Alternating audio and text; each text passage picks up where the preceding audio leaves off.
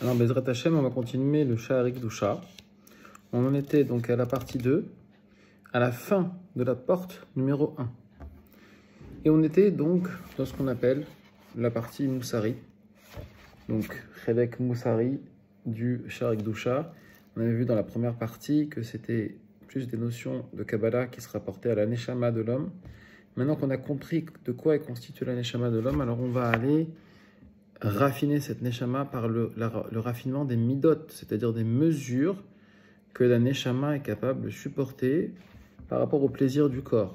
Donc on a vu que le plaisir du corps, sans la recherche du travail vers donc le rapprochement d'Hachem, eh bien, pouvait être néfaste. Et on a vu que le jour du Shabbat était le jour où on avait le plus d'élévation, mais pour ça, il fallait travailler la veille du Shabbat. Et bien de même, pour que la Neshama puisse donc profiter du monde, c'est-à-dire se rapprocher d'Hachem, eh bien il faut que le corps fasse des efforts. Et regardez, maintenant le dernier paragraphe, regardez, voyez combien sont morts jeunes et combien de nourrissons sont arrivés à la fin, coupés comme des épis de blé.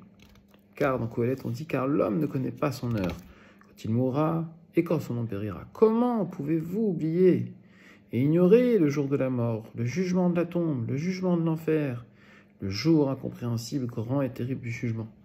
Toutes ces notions, il faut bien les comprendre du point de vue halachique, et c'est pour ça que c'est important de lire le Mishneh Torah du Rambam, qui explique toutes ces notions. On ne va pas revenir là-dessus, mais juste de façon globale, il faut savoir qu'une fois que le corps va mourir, eh bien, il va être jugé, ainsi que le Nefesh, le Ruach et la Neshama. Toutes ces étapes-là sont ce qu'on vient de décrire. Et le jugement va être en fonction de la vie de la personne. La mort viendra sûrement, et en aucun homme n'est sauvé par le Sheol. À la fin de ta vie, tu gémis, mais les portes du repentir sont déjà fermées, et il n'y a pas de remède pour tes péchés. Comment pouvez-vous ignorer la mort, qui est comme un serpent à votre talon? Comment pouvez-vous l'ignorer alors que chaque nuit, lorsque vous êtes allongé dans votre lit, vous devriez vous souvenir de la grande mort? C'est un peu Rama, hein, mais en même temps, c'est important.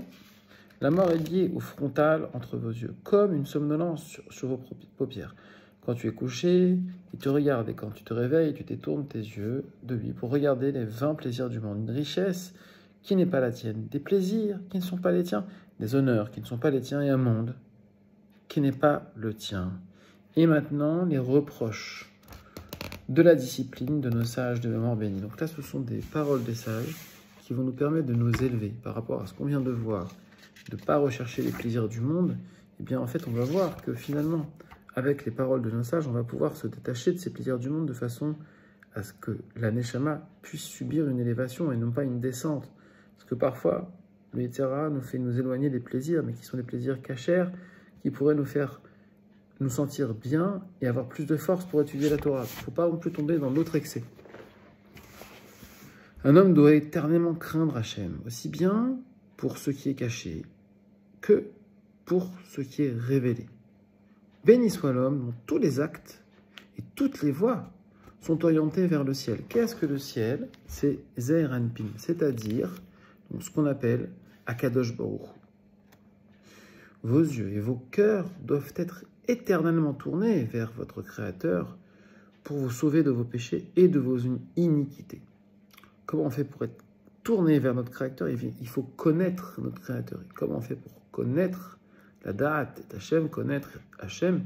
Bien, il faut étudier ses noms. Et ces noms, c'est l'étude de la Kabbalah. Donc ici, aujourd'hui, on est dans Sha'arik Dusha, mais le Ikar de l'étude de la Torah, ça va être, à part la Halacha et le Talmud, ça va être l'étude d'Hachem, de qu'est-ce qu'Hachem, qui est Hachem, qu'est-ce qui fait Hachem. Et pour ça, il faut connaître les noms d'Hachem et les mondes qu'Hachem a créés. Il faut savoir de quoi ils sont formés, comment ils sont formés pour pouvoir se rapprocher d'Hachem de façon profonde et pas superficielle. Chaz v'shalom. La crainte de votre Créateur doit être constamment sur votre cœur, sur votre tête et devant vos yeux. Donc, ici, on voit qu'on a une mitzvah positive. Ce n'est pas seulement une mida. Là, c'est carrément une mitzvah. La crainte du Créateur, ce n'est pas une mida. Ce n'est pas seulement on craint de faire une faute. Non, on craint Hachem lui-même. Et ça, c'est quelque chose de permanent. C'est une mitzvah permanente. Gardez constamment à l'esprit le jour de la mort. Donc on revient à ce qu'on a dit avant, pour ramener, raviver la flamme de l'amour et de la crainte vers Hachem. Le jour de la tombe et le grand jour du jugement. Gardez l'esprit comme si le jour du jugement était arrivé, car il vous sauvera des penchés pécheresses. Avot. C'est pire qu'Avot. Et devant qui vous expliquerez-vous et rendrez-vous compte? Devant le roi des rois, le Saint béni soit-il. Chaque jour, tu dois dire, hélas, la journée est finie. Je n'ai pas fait la charité à un savant, car chaque jour qui passe ne reviendra jamais. Là, on a une notion que chaque jour, on a des étincelles d'Hachem ramenées. Et ce qu'il ne dit pas ici, c'est que la Teshuvah va permettre de rattraper ça.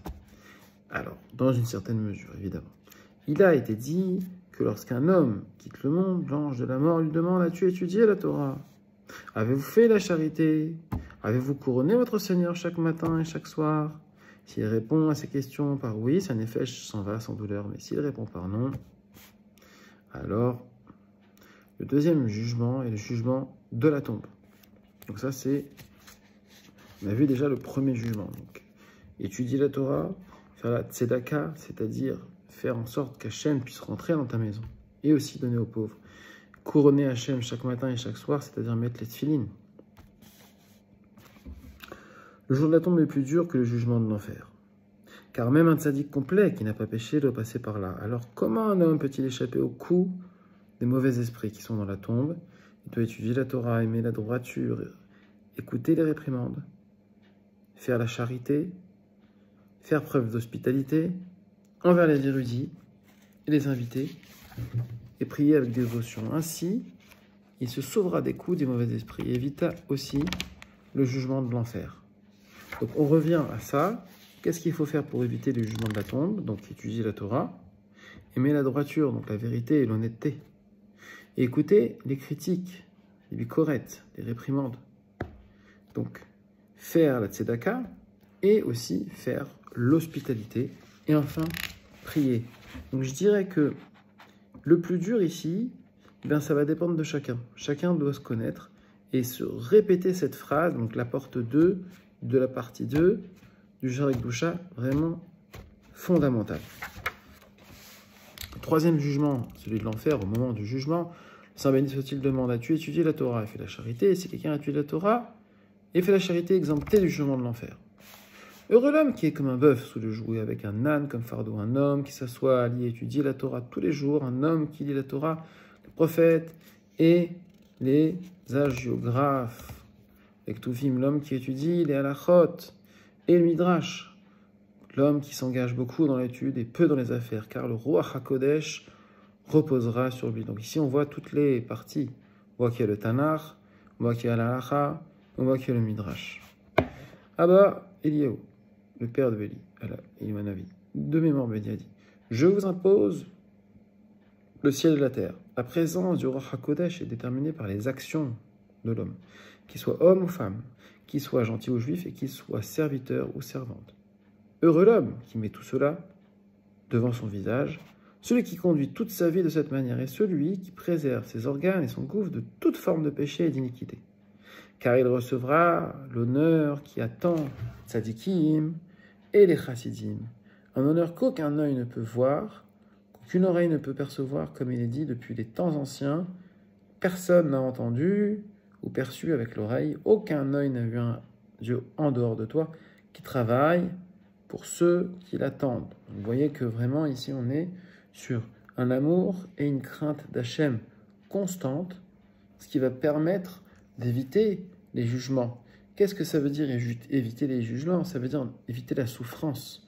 Et qu'est-ce que ça veut dire éviter la souffrance? Ça veut dire éviter d'avoir le sentiment d'être séparé d'Hachem. La plus grande souffrance pour un homme, c'est de ne pas comprendre ce qui lui arrive. Et ici, on voit que pour comprendre ce qui arrive à l'homme ou à la femme, eh bien, il faut étudier encore et encore pour pouvoir incrémenter cette étude en nous et pouvoir l'appliquer.